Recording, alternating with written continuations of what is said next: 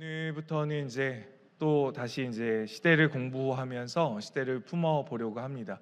시대에서 바르게 우리가 인식해야 할 것과 피해야 할 것들을 좀 찾아보려고 하는데, 오늘은 자연주의입니다.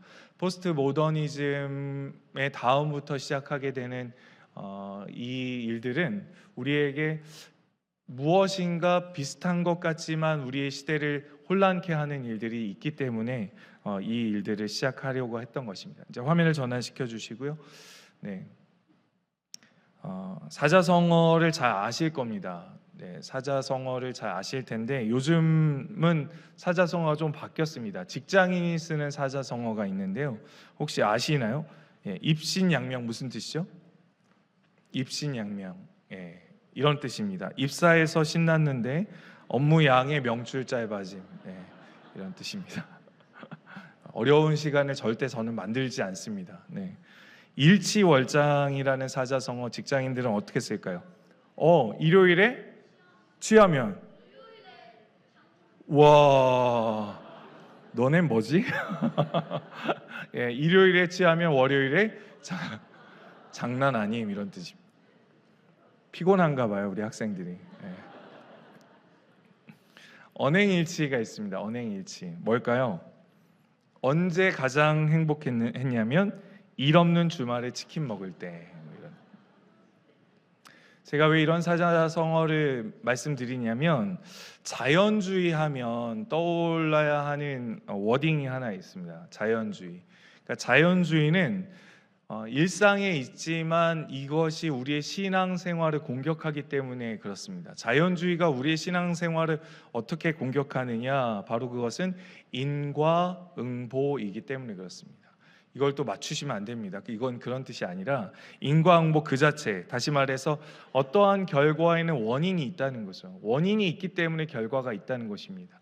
그런데 이러한 사고가 우리의 신앙생활을 공격하는 내용이 있습니다. 우리가 잘 아는 속담이기도 한데, 콩 심은 데 콩 나고 팥 심은 데 팥 난다, 이런 뜻입니다. 자연주의는 이런 뜻이죠. 그러니까 세상의 모든 것은 원인이 있다는 겁니다. 그러니 보이는 것에서 결과를 찾을 수 있다는 거죠. 결과가 있다면 그것에 대한 원인은 반드시 있다는 것입니다. 그러니 자연주의의 머리와 생각이 사로잡히면 어떻게 되냐면, 모든 만물에 있어서 원인을 설명해 내려고 애쓰게 됩니다. 그러니까 어떠한 일을 보면 어떠한 결과를 보면 어떠한 원인 때문에 그런 일이 있어라고 생각이 되는 거죠. 그래서 모든 일, 그러니까 신앙생활마저도 원인과 결과로 모든 일을 귀결하려고 하는 일들이 있다는 겁니다. 그런데 여러분, 이것이 우리의 신앙생활에 어떻게 가까이 오냐면, 유물론, 다시 말해서 모든 물질적인 것으로만, 보여지는 모든 것으로만 해결하려고 하는 일들로 우리 안에 쌓이게 되는 것입니다. 저는 이제 제가 청소년 때 신앙생활을 오래 하다 보니까 아프면 다 죄져서 그런 줄 알았어요. 몸이 아프고 감기 걸리면 항상 어르신들이, 어머님이 저한테 그랬거든요. 뒤돌아봐. 이게 무슨 뜻이죠? 뭘 뒤돌아봐, 이게 아니라 자기 자신을 뒤돌아봐, 이런 뜻입니다. 그러니까 내게 어떠한 안 좋은 일이 생기면 뭐 하는 거죠? 항상 회개의 거리를 찾는 거죠. 이러한 생각들이 어느 정도는 필요합니다. 어느 정도는 우리 안에 돌아봐야 할 일들이 있습니다. 그런데 자연주의 속에 우리 안에 밀려오는 것은 무엇이냐면, 모든 것이 자연스럽게 흘러가는 거죠. 그러니까 원인 때문에 결과가 나온다. 그 원인을 발견하면 결과를 다르게 만들 수 있다, 이런 생각을 하게 되는 겁니다. 근데 여러분, 모든 내게 일어나는 안 좋은 일의 결과가 내가 잘못해서 그런 거라고 생각이 된다면, 밤새도록 공부 열심히 한 중등부, 고등부, 초등부 친구분들, 여러분 열심히 공부했는데 시험 결과가 항상 100점 나오나요? 그건 공부 안 해서 그런 거예요. 그렇게 대답하면 할 말이 없죠, 아이들도. 그렇죠? 그러니까 성도님들이 어떤 실제적으로 가정 안에서 자녀가 잘못됐어요. 교통사고가 났습니다. 근데 모든 일을 다 끼워 맞춰서 잘못된 일로만 있어서 그러면 우리에게 그런 일이 벌어진다. 그러면 세상에 수많은 우상들과 하나님이 어떤 차이가 있는 거죠? 하나님께 돼지 머리에다가 돼지 코에 돈을 꽂아 놓는 그런 고사를 지내는 듯한 일을 해야지만 하나님이 우리에게 그 벌하실 일을 사죄시켜 주시나요? 뭐의 차이가 있는 거죠? 그러니까 자연주의 속에서 우리의 신앙을 공격하는 일들을 건강하게 분리해내고 판독해내지 못하면 신앙생활을 짓눌린 신앙생활을 하시게 됩니다. 그러니까 율법주의 안의 삶을 살아가게 되는 거예요. 그러니까 모든 신앙생활에 기쁨이 없습니다. 왜냐하면 벌받지 않기 위해서 신앙생활을 하게 돼 있기 때문에 그렇죠. 원인과 결과로 모든 것을 귀결해 내면 이런 일이 현상이 일어납니다. 그러나 회개하지 말란 뜻이 아닙니다. 회개를 철저히 하실 수 있어야 합니다. 그런데 그 회개의 끝자락에 예수 그리스도라는 마침표를 찍어야 은혜로 갈 수 있는데 대다수의 많은 사람들은 고민하다가 어디로 가냐면 율법주의로 갑니다. 그러니까 율법을 지켜내야지 하나님의 복을 나에게 주신다고 생각하는 거죠. 근데 그렇게 하면 예수님이 십자가에서 이루신 일은 뭐죠? 예수님은 십자가에서 과거에 지은 죄, 지금도 지은데 앞으로 지을 죄까지 해결하셨다면서요. 아닌가요? 아직 할부 남으신 분, 예수님이 아직 덜 나의 죄를 해결해 주셨다고 생각하시는 분, 그러니까 상충되잖아요, 뭔가. 그렇죠? 그러니까 회개해야 합니다. 날마다 주님 앞에 돌이켜야 합니다. 그러나 완벽한 해결 이후에 우리가 범죄함을 어떻게 해결해야 하는가를 잘 생각하고 판독해 내셔야 한다는 거죠. 그러니까 자연주의는 우리의 눈에 보이는 것이 전부다라는 것이 전제가 됩니다. 그러니 이제 군대를 갔다 오고 나서 돌아오지 못하는 청년들의 다수를 보면, 저 청년 사역을 좀 했으니까 늘 아이들이, 청년들이 하나님 없어라고 확증하고 나오더라고요. 너무 세상에서 살다 보니까, 세상의 가치관에 함몰되다 보니까 다 뭐라고 하냐면 전도하다가 만나는 청년들, 전도하다 만나는 30, 40대들. 저도 다 주일학교는 다녔었어요. 저 주일학교 학생회 회장 출신입니다. 이렇습니다. 그런데 저는 하나님을 안 믿습니다. 이렇게 가더라고요. 왜냐하면 눈에 보이는 게 전부다라는 생각 때문에 그래요. 눈에 보이는 것이 존재하는 거다. 그러니까 눈에 안 보이면 뭐 하지 않는 거죠? 믿을 수 없는 거예요. 눈에 안 보이니까. 내추럴은 다 존재하는 거잖아요. 유물론, 그러니까 손에 만져지는 것만 한다고 생각하는 거죠.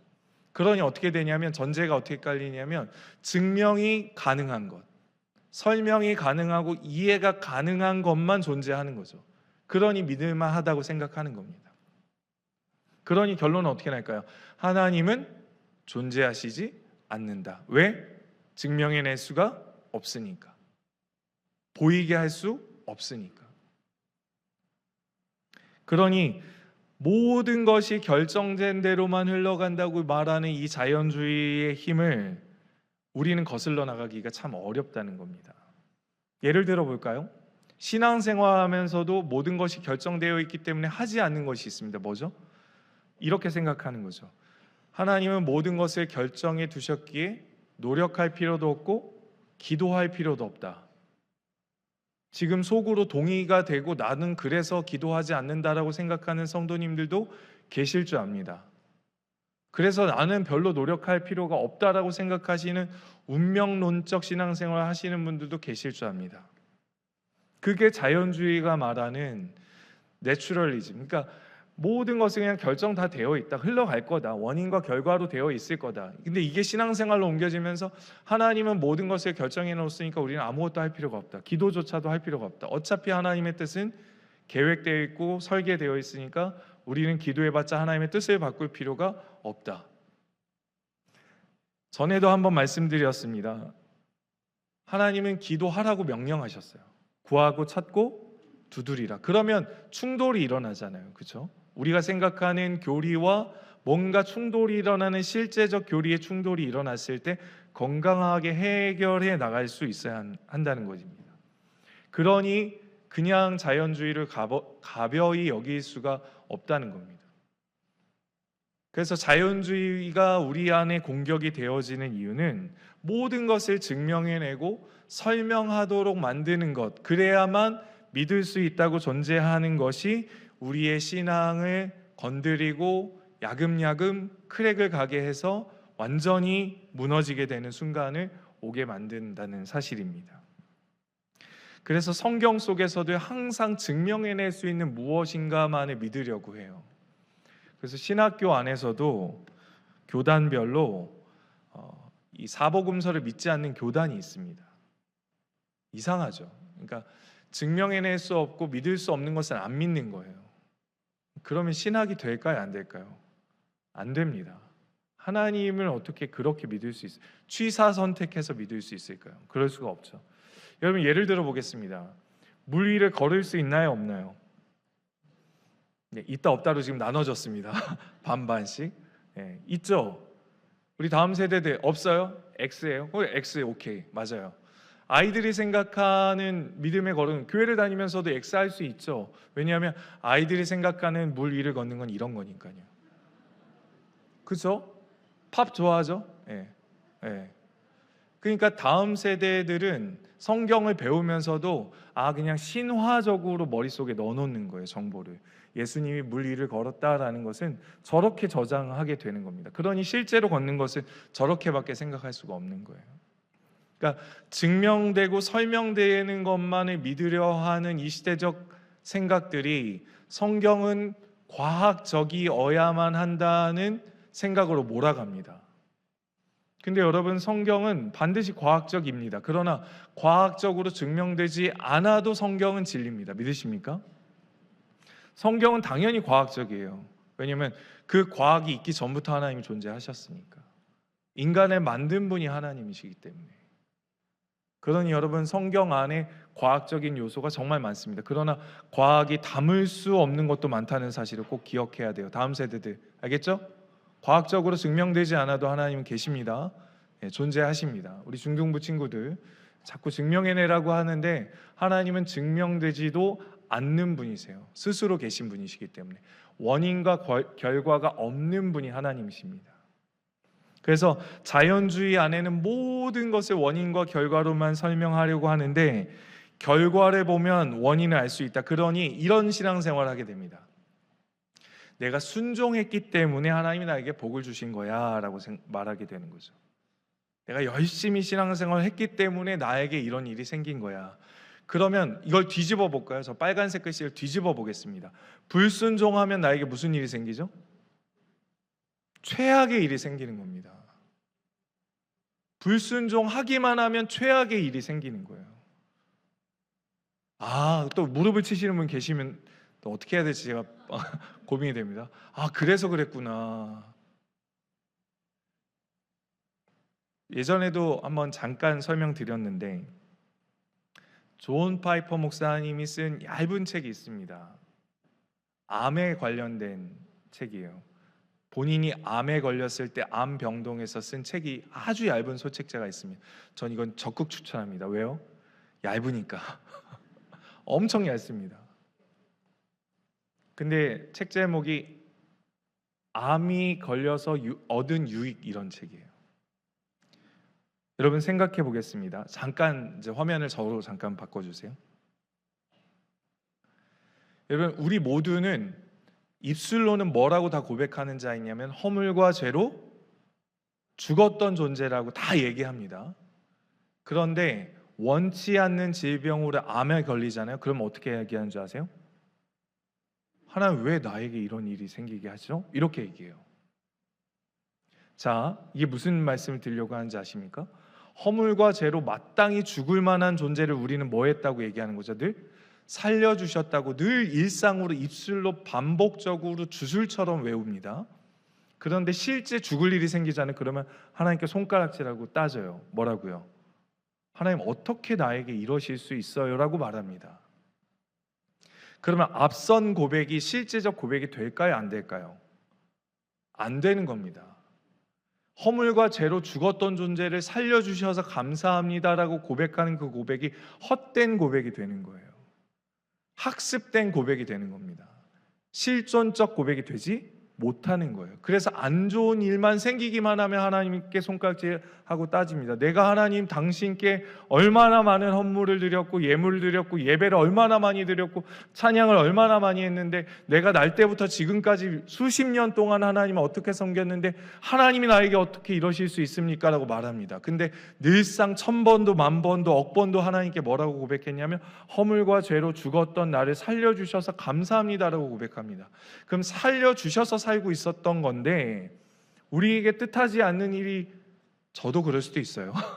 앞으로 저도 그런 일이 뜻하지 않은 말도 안 되고 정말 마음이 억장이 무너지는 일이 생길 때 저도 그럴 수 있습니다. 그런데 그러기 전에 우리의 실존적 신앙 고백이 어떠한지 살펴봐야 하는 거죠. 그리고 뭐 어떤 일이 생겼을 때 내 원인과 결과로만 했다면 여러분, 저와 여러분들 살 수 있는 사람은 아무도 없습니다. 허물과 죄에 대한 합당한 대가를 하나님이 진노를 퍼부으셨다면 저와 여러분들은 이 자리에 존재할 수가 없습니다. 왜요? 그 퍼부으시는 진노를 누구에게 쏟았죠? 그의 아들, 하나님의 본체신 그분의 아들에게 쏟아 부으셨거든요. 신이 쏟아붓는 진노를 참 신이자 참 인간이신 그분만 받아낼 수 있기 때문에 그를 보내신 거잖아요. 성육신으로. 그가 받아내셨기 때문에 우리가 살고 있는 겁니다. 그가 마침표를 찍었어요. 율법의 마침표로 또 다른 의를 우리에게 주셨습니다. 그러니 우리 삶에 있어서 모든 일을 원인과 결과로만 해석하려고 하다 보면 반드시 충돌이 일어나지만 우리는 늘 다시 돌아가서, 아까 화면 띄워주십시오. 뭐라고 고백하냐면 내가 순종해서 좋은 일이 생겼어 라고 말하는 겁니다. 그런데 항상 뒤집어 보실 수 있어야 돼요. 뭐 어떻게 해요? 내가 불순종할 때는 왜 나쁜 일이 안 생기지? 이렇게도 생각하실 수 있어야 하는 거예요. 성경은 상식적이어야 한다는 자연주의가 있습니다. 그런데 성경은 비과학적이라는 전제를 늘 깔기 때문에 세상 사람들은 성경은 믿을 수 있는 책이 아니야 라고 말하죠. 믿지 않는 사람들, 이제 군입대 하는 청년들은 많이 믿지 않는 사람들과 충돌을 일으킵니다. 저도 군대 갔을 때 노래 한번 불러봐 그랬을 때 제가 무슨 노래 불렀을까요? 군대 가서. 네, 저는 방공포에 있었는데 저는 비행단에 입대하고 싶어서 공군에 지원했는데 세상 말로 꼬였습니다. 근데 하나님의 계획은 거기 있었습니다. 방공포로 배치받아서 저는 이렇게 키가 크니까 그 헌병 안 하려고, 그 다음에 저기 뭐죠? 돌리는 거 뭐죠? 의장대 안 가려고 저 줄 서다가 이렇게 뒤로 이렇게 했었거든요. 근데 그거 피하다가 방공포를 갔는데 육군에서 전군대에서 얼마 되지 않은 채라 육군의 향기가 있어요. 충남 태안에 미사일 부대에 있었는데 미사일 조립했습니다. 제가 신학생이. 근데 그때 제가 노래 불러보라고 그래서 제가 뭐라고 불렀냐면, 잠깐 화면 전환시켜 주셔야 됩니다. 뭐라고 불렀냐면 부흥을 불렀습니다. 이렇게 딱 서서 이 땅의 황무함을 보소서. 어떻게 됐을까요? 하이바가 저쪽에서 날라오더라고요. 죄송합니다. 이 베이비, 저 베이비 치워, 뭐 이렇게. 노래 아는 노래가 없으니까요. 세상에 가요 기억나는 게 없어가지고 그거 불렀다가 그리고 났더니 이제 야간 근무가 가는데 꼭 선임병하고 같이 나가잖아요.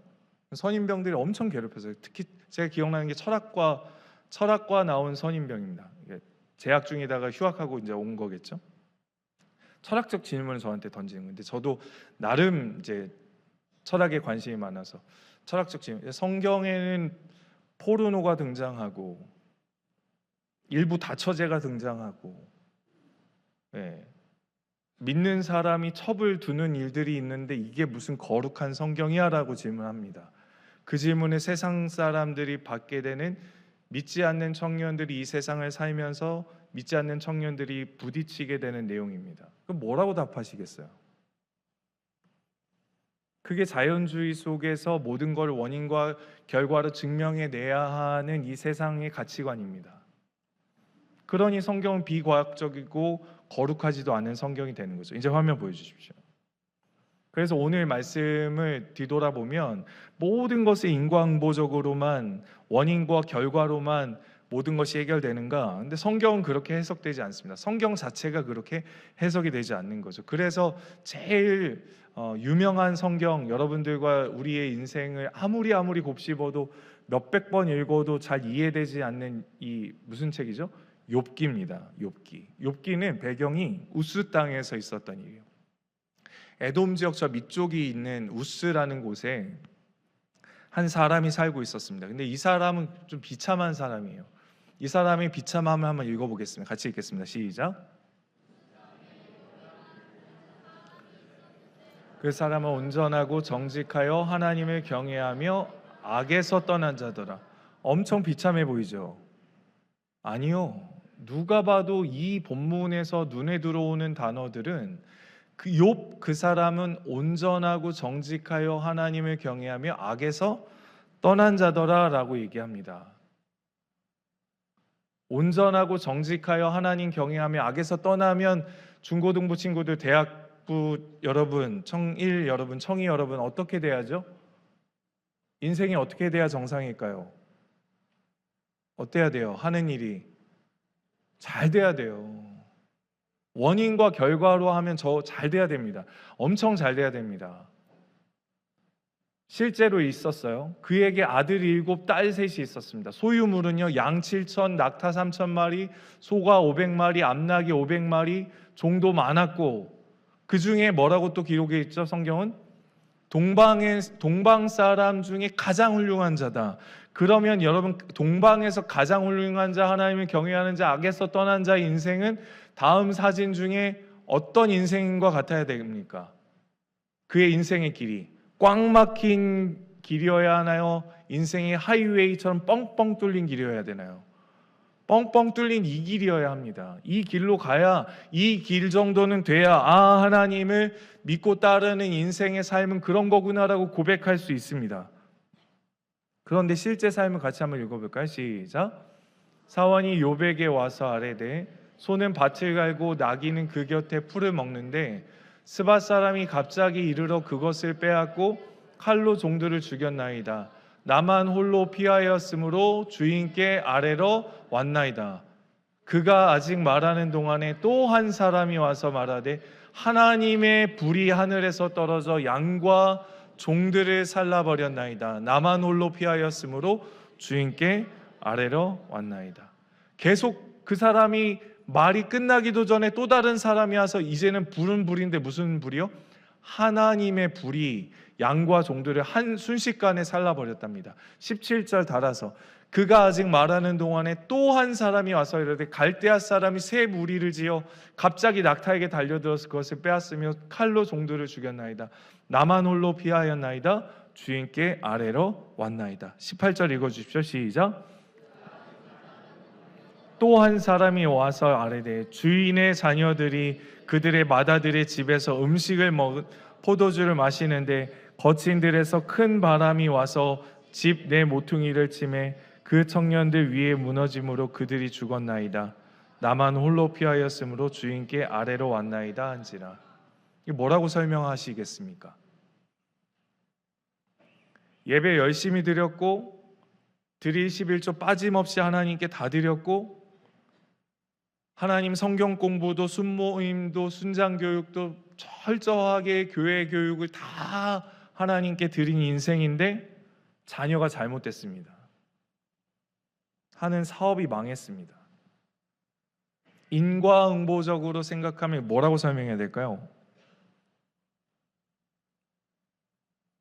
신앙생활 오래 하신 분들은 해답이 있으신지요? 뭐라고 해결해야 되죠? 동방에서 가장 잘 산 사람, 하나님을 경외하고 악에서 떠난 사람, 그가 어떻게 표현했을까요? 1장 20절 제가 읽어드리겠습니다. 욥이 일어나 겉옷을 찢고 머리털을 밀고 땅에 엎드려 예배하며. 말이 안 돼요. 저 단어 좀 이해가 안 갑니다. 겉옷을 찢고, 제가 여기서 이 자리에서 겉옷을 찢고 머리털을 다 밀고 땅에 엎드려 뭐 합니까? 하나님을 원망해야 맞아요. 저것도 좀 이해가 안 가는 구절입니다. 하나님을 손가락질하고 하나님 당신은 없습니다. 내가 왜냐하면 이만큼 했으니까 나에겐 이러셔서는 안 되죠. 필립 얀시가 쓴 하나님 당신께 실망했습니다. 그 말이 맞습니다. 근데 예배하고 있어요. 그 또 욥기를 또 열심히 공부하신 분은 끝까지 읽으셨겠죠? 그래서 마지막 장에 또 대반전이 일어나는 걸 기억할 것입니다. 같이 읽어볼까요? 시작.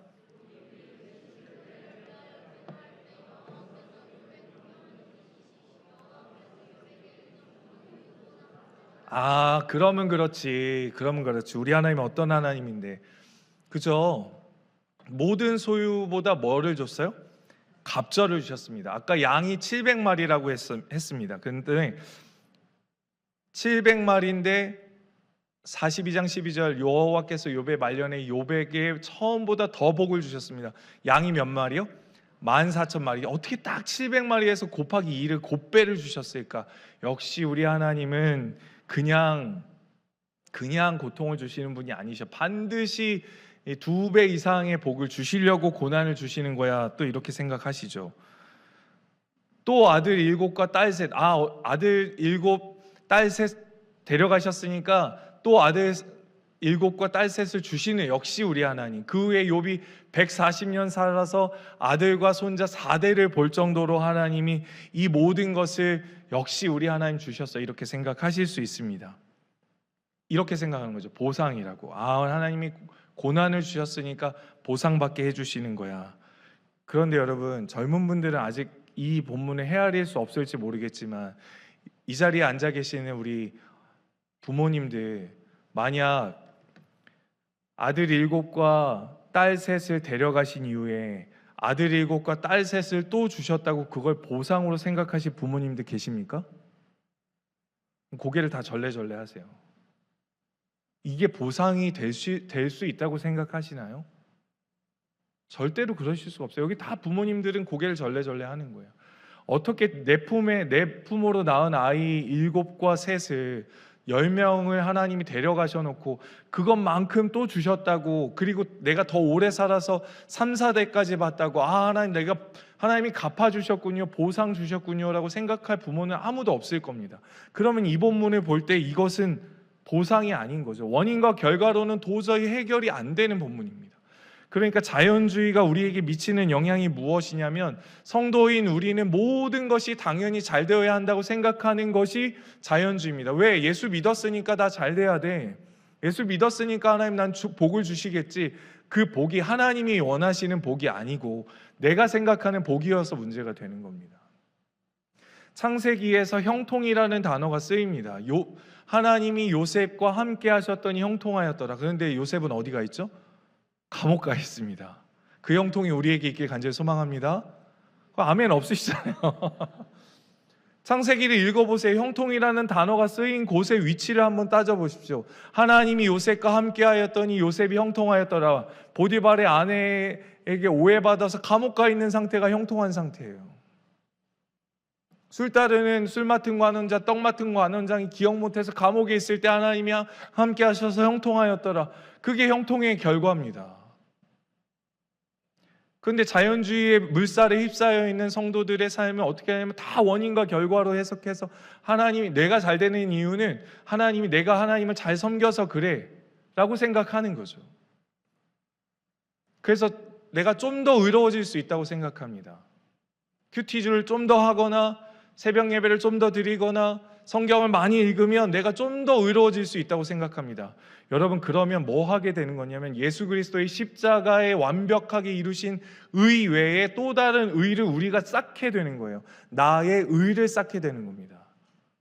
그럼 복음 외에 다른 복음을 만들어내는 거예요. 저와 여러분들이 공로주의로 가게 됩니다. 열심히 낸 만큼 한 만큼 뭐뭐 한 만큼 나의 공로가 높아지는 거예요. 이게 자연주의가 우리에게 끼치는 영향입니다.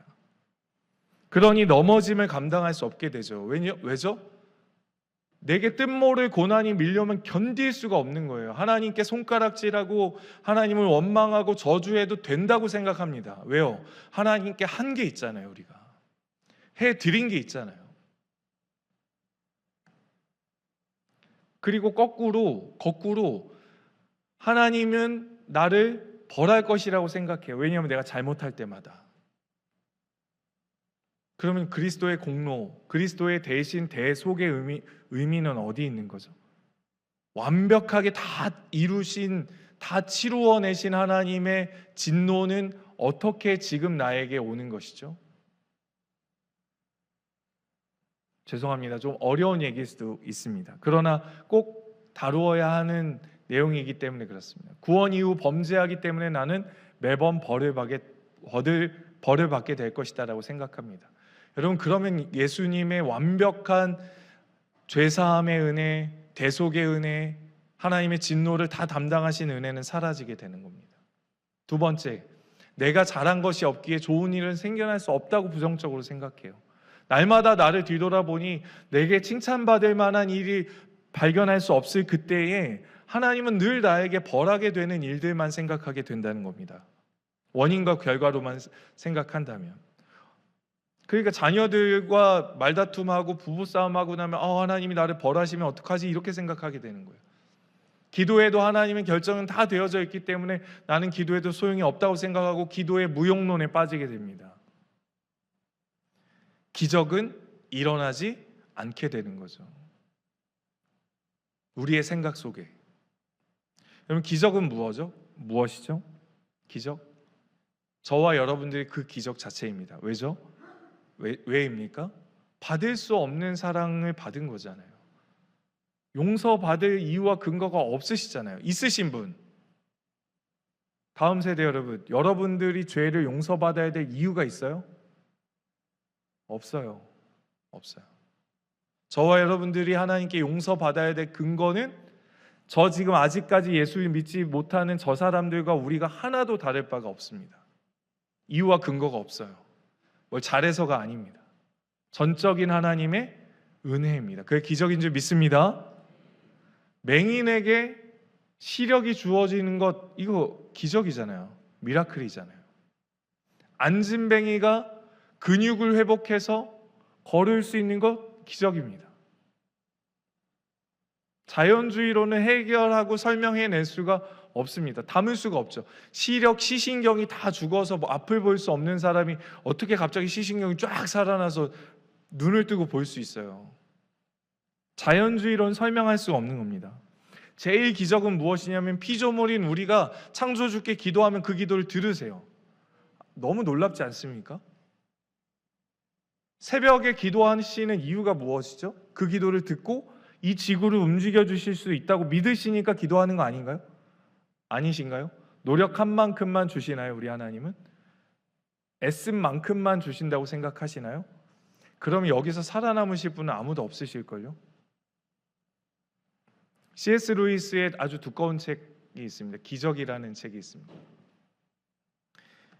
이 안에 자연주의자들은 내추럴리스트라고 등장하고 슈퍼내추럴리스트라고 얘기하는 초자연주의자들이 등장합니다. 그런데 C.S. 루이스는 자기 자신을 뭐라고 얘기하냐면 나는 초자연주의자라고 이야기합니다. 화면을 잠깐만 돌려주시면 제가 책을 한 권 갖고 왔는데 이것도 좀 두꺼운 책이긴 합니다. 그런데 존 파이퍼 목사님이 쓴 초자연주의적 성경 읽기라는 책이 있습니다. 우리는 초자연주의 하면 우리 중등부, 고등부 다음 세대 친구들 초자연주의 하면 뭐가 생각나죠? 마블 영화 생각나죠? 그런 거 아니에요. 그런 거 아닙니다. 우리가 생각하는 초자연주의는 그렇게 생각하는데 그런 뜻이 아니라 하나님이 모든 인간의 역사의 속에서 세계사 속에 지금의 시간 속에서도 항상 초자연적인 하나님의 놀라운 역사는 일어나게 하실 수 있다는 겁니다. 믿으십니까? 그래서 성경을 읽을 때요, 죽은 자도 살아나잖아요. 그건 아직 못 믿으시겠어요? 에스겔서를 읽어보면 찬양은 기억나시죠? 에스겔의 환상처럼 마른 뼈가 살아나며. 뭐가 살아난다고요? 네, 정육점 가면 있는 그 뼈 있잖아요. 그 뼈에 살이 오르고 신경이 세포들이 다 살아나서 살이 채워지는 일들이 일어나는 거예요. 뻥인가? 에스겔은 뻥인가요? 거짓말인가요? 이제 화면 전환해 주십시오. 말씀을 마무리하겠습니다. C.S. 루이스가 쓴 기도에 관하여라는 책이 있는데 저번에도 한번 설명을 드렸습니다. 이 안에 담긴 아주 귀한 글귀가 있어서 함께 나누려고 합니다. 같이 읽어보겠습니다. 시작. 하나님이 기도를 만드신 목적은 피조물에게 어떤 일을 유발하는 존재로서의 특권을 부여하시기 위해서이다.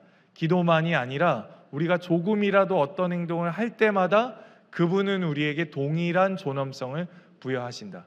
그러니까 기도하면 피조물인 우리에게 어떤 일을 유발시킬 수 있는 기회를 주신다는 거죠. 기도하면 그런 일을 유발할 수 있는 일들을 우리에게 허락하신다는 뜻입니다. 그러니까요, 이렇게 또 한 귀절을 설명해요. 더 구체적으로 설명합니다. 마치 이야기의 장면과 전체 줄거리는 작가가 정해놓았지만 소소한 세부 사항은 배우들이 즉흥 연기에 맡겨져 있는 연극과 같다. 그러니 배우들이 그 극단에 서서 실제로 대본에 쓰여져 있지만 그것을 표현해내면서 즉흥 연기처럼 표현해내는 것이 우리에겐 기도다라고 설명합니다. 기도하면 기적이 일어나는 줄 믿습니다. 우리는 시간의 역사 속에 그 시간을 거슬러서 언제든지 그 시간 속에 역사해 주셔서 영혼들을 구원해내고 사람들을 바꾸어내고 내일부터 짓는 초등부 성경학교를 통해 전도사님이 목사님이 주일학교 공과를 통해 선생님들이 준비한 하나님의 말씀을 목숨 걸고 피를 토하는 하나님의 말씀을 통해 다음 세대들이 왜 저러지? 저 선생님 뭐지? 저 목사님 저 전도사님 왜 저러시는 거지? 왜 저렇게 애쓰는 거지? 뭐 때문에 이러시는 거지라는 것을 통하여 다음 세대들의 가슴 속에 영혼 속에 그들의 인생을 바꾸어낼 수 있는 놀라운 역사가 일어나는 것이 역사의 현장이 되는 줄 믿습니다. 그것이 기적이고요. 그것이 우리의 기도를 통해 하나님이 일하시는 통로인 줄 믿습니다. 그래서 우리가 할 수 있는 거죠.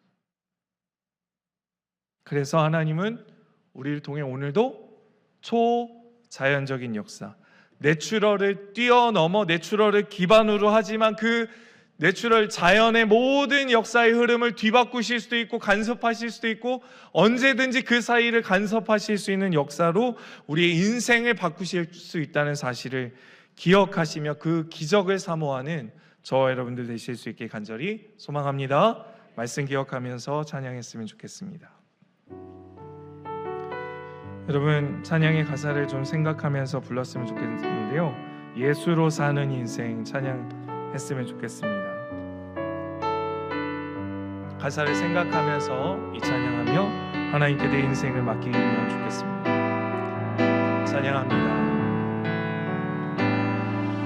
내 이름 불러주시고 창조주 하나님께서 내 삶의 주인 되시는 내 마음의 노래 되시는 내 마음의 노래 되시는 그는 그시 나의 한 번 더 고백할까? 2절 찬양합니다. 내 안의 모든 염려는 내 안에 모든 염려는 우리의 기도가 될 줄 믿습니다.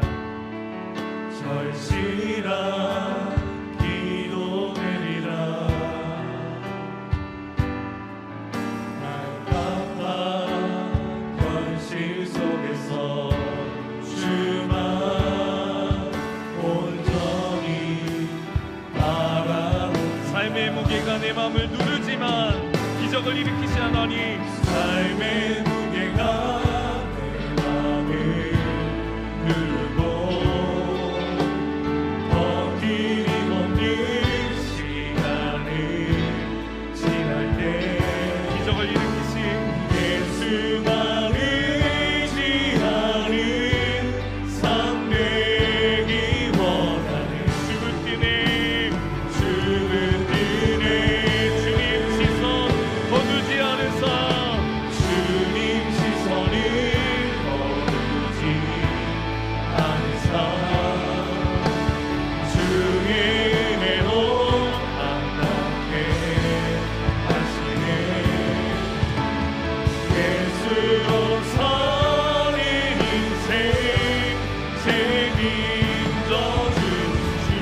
맡기네. 주께 삶의 무게가 내 삶을 누르고 있지만 삶의 무게가 내 맘을 누르고 버팀없는 시간을 지난 예수만 의지하니 예수만 의지하니 삶 되기 원하니 기적을 일으키실 주님들의 주님 시선 거두지 않으사 주님 시선을 거두지 않으사 주의 은혜로 감당케 하시네. 예수로 사는 인생 책임져 주시니 주께 맡기네. 우리 이 시간 말씀 기억하며 기도했으면 좋겠습니다. 하나님은 늘 언제나 내 삶에 기적을 일으키실 수 있는 분이십니다. 내 삶에 하나님은 모든 것이 우리의 원인과 결과로 해결되지 않는 그 순간 속에서도 언제든 개입하셔서 내 인생에 내 기도를 들으시고 내 삶을 움직이시고 바꾸셔 나가실 수 있는 능력이 하나님께 있는 줄 믿습니다. 하나님, 이 시간 주여 한번 간절하게 치유해 내 삶의 무게를 내려놓고 내 인생의 모든 삶의 문제들을 주님 앞에 내려놓고 하나님 간섭하여 주시고 내 기도를 응답해 주시고 하나님 내 삶에 역사해 달라고 우리 이 시간 주여 한번 간절하게 주님 기도하며 나아갑니다. 주여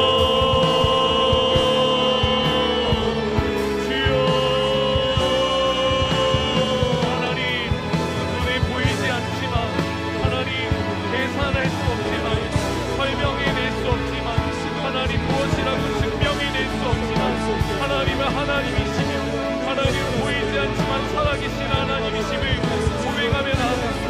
다 설명할 수 없고 다 증명해낼 수 없지만 하나님은 그 시간의 역사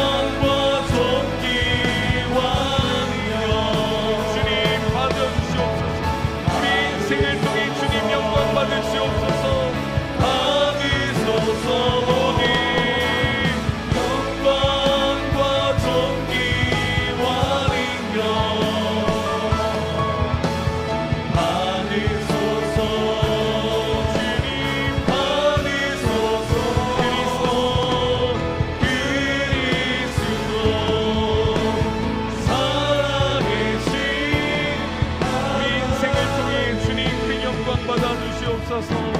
주님은 영광 받으소서. 우리 인생과 삶을 통해 홀로 찬양 받으소서. 우리가 하나님께 찬양을 돌립니다.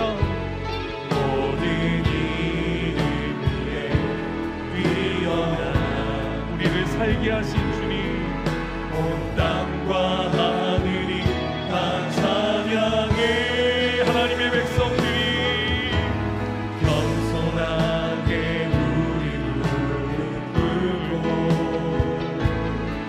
주 이름 앞에 영광 돌리세. 모두 전하세 독생자 예수. 주님께 찬양을 우리 인생과 삶 전체를 통하여 모든 영광과 존귀와 능력 주님 받으소서. 나의 주님 받으소서. 영광과 존귀와 능력 우리를 통하여 받으소서. 우리를 통하여 받으소서. 그리스도 살아계신 마지막으로 고백합니다. 우리의 삶을 통해 영광과 존귀와 능력 모든 영광과 존귀와 능력 받으소서. 주님 받으소서. 영광과 존귀와 능력 주님 받으소서. 나의 주님 받으소서. 그리스도 살아계신 살아계신 하나님 주님 살아계신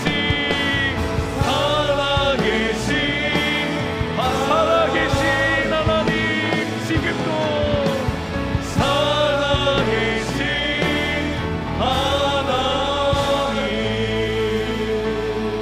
지금도 살아서 기적을 베푸실 수 있는 하나님이심을, 그분이 나의 하나님이심을 믿으십니까?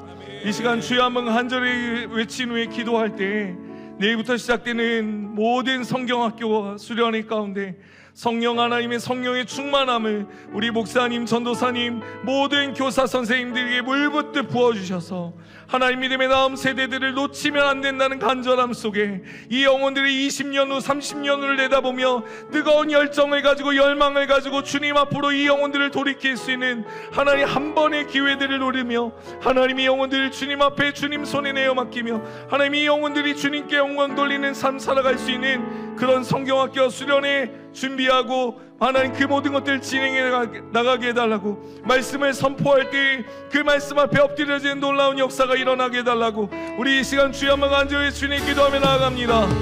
주여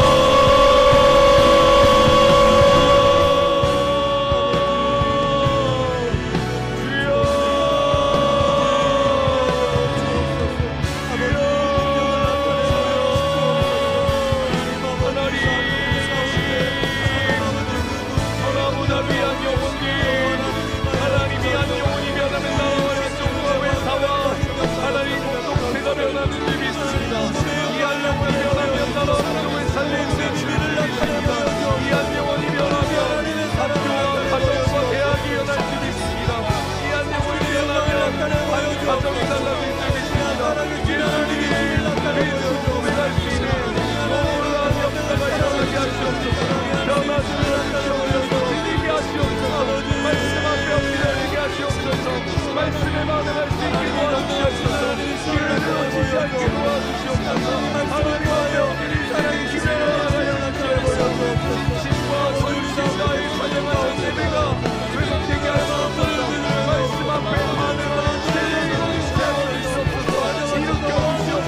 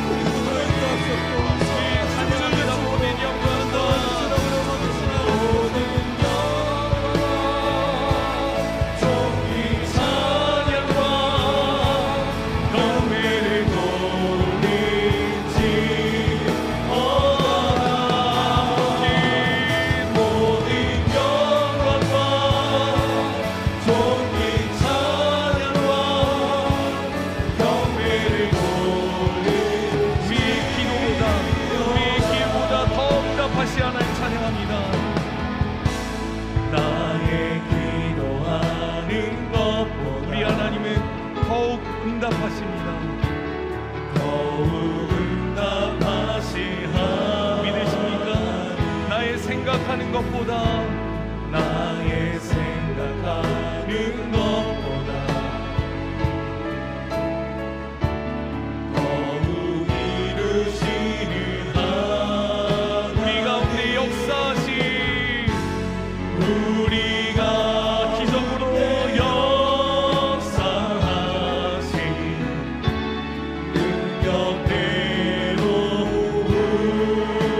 우리들의 간구함을 넣어 하나님의 전능하신 능력으로 우리 인생을 하시 찬양하며 높입니다. 모든 영광과 존귀 찬양과 경배를 돌리시어다. 모든 영광과 존귀 찬양과 경배를 마지막으로 고백합시다. 모든 영광을 하나님께 올려드리며 모든 영광과 존귀 찬양과 경배를 돌리지어다. 모든 영광과 존귀 찬양과 경배를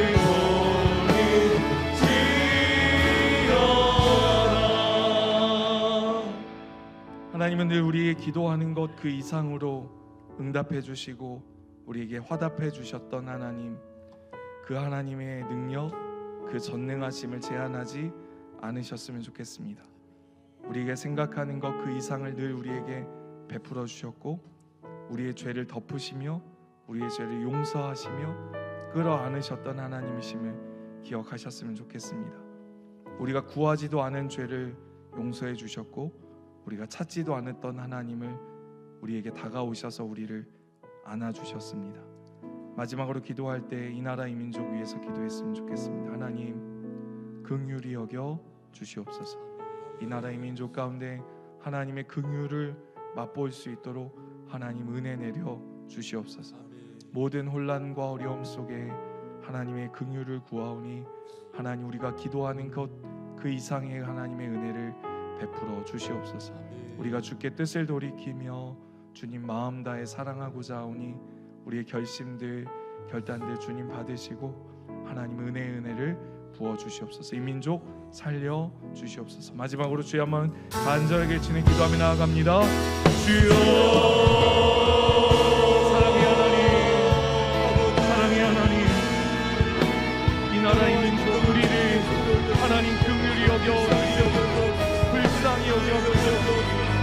죄악이 관영하고 물질주의에 자연주의에 하나님의 알고자 하는 열심을 쳤었던 우리에게 하나님의 은혜를 부어주셨는 다시 한번 이 나라의 민족 긍휼히 여겨주시고 하나님 은혜를 입을 수 있도록 하나님의 은혜를 입을 수 있도록 우리가 기도하는 것 그 이상의 것을 우리에게 베푸시는 하나님, 우리가 이 시간 기도하오니 이 위기의 순간 하나님 앞에 엎드리오니 주의 뜻을 구하오니 하나님의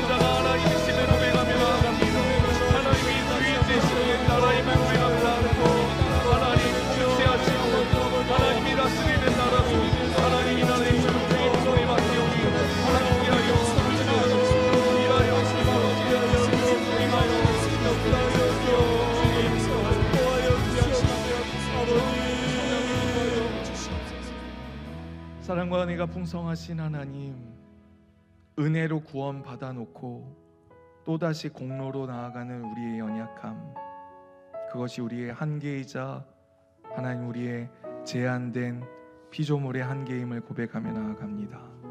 하나님, 아무리 뒤돌아보고 따져보아도 은혜를 받을 조건이 우리 안에 없었음을 또다시 발견합니다. 저 밖에서 세상을 향해 달려가는 저들이 바로 우리였음을 보게 됩니다.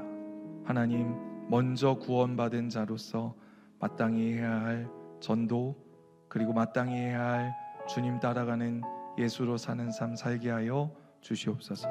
하나님, 주의 손에 저 영혼들, 특별히 믿음의 다음 세대들 주님 손에 내어 맡기며 우리가 기도했사오니 하나님, 한 영혼 한 영혼을 향한 하나님의 계획이 성경학교와 수련회를 통해 저들을 압도하시고 저들을 쓰러뜨리시고 저들을 세우시는 역사가 일어나게 하여 주시옵소서.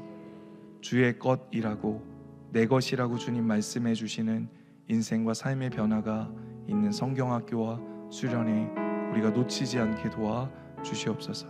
목숨 걸고 지켜야 할 영혼들 우리에게 맡겨주셨사오니 그 영혼들이 주님 것 되기까지 우리가 힘을 다해 뜻을 다해 하나님 모든 것을 다해 영혼들을 위해 하나님 준비하고 실행할 수 있도록 역사하여 주시옵소서. 하나님, 이 나라 이 민족 주님 손에 맡기오니 주의 통치 가운데 공의와 정의, 하나님의 긍휼을 우리나라 가운데 베풀어 주시옵소서. 개인의 기도 가운데도 응답해 주셔서 기도하는 것 그 이상으로들 응답하셨던 하나님, 그 기적의 하나님 경험할 수 있는 평생의 삶 될 수 있도록 가정에서 어느 곳에서 기도하든 그 기도에 응답하신 하나님 늘 찾고 만날 수 있도록 역사 주장하여 주시옵소서. 감사드리며 예수님의 이름으로 기도하옵나이다. 아멘.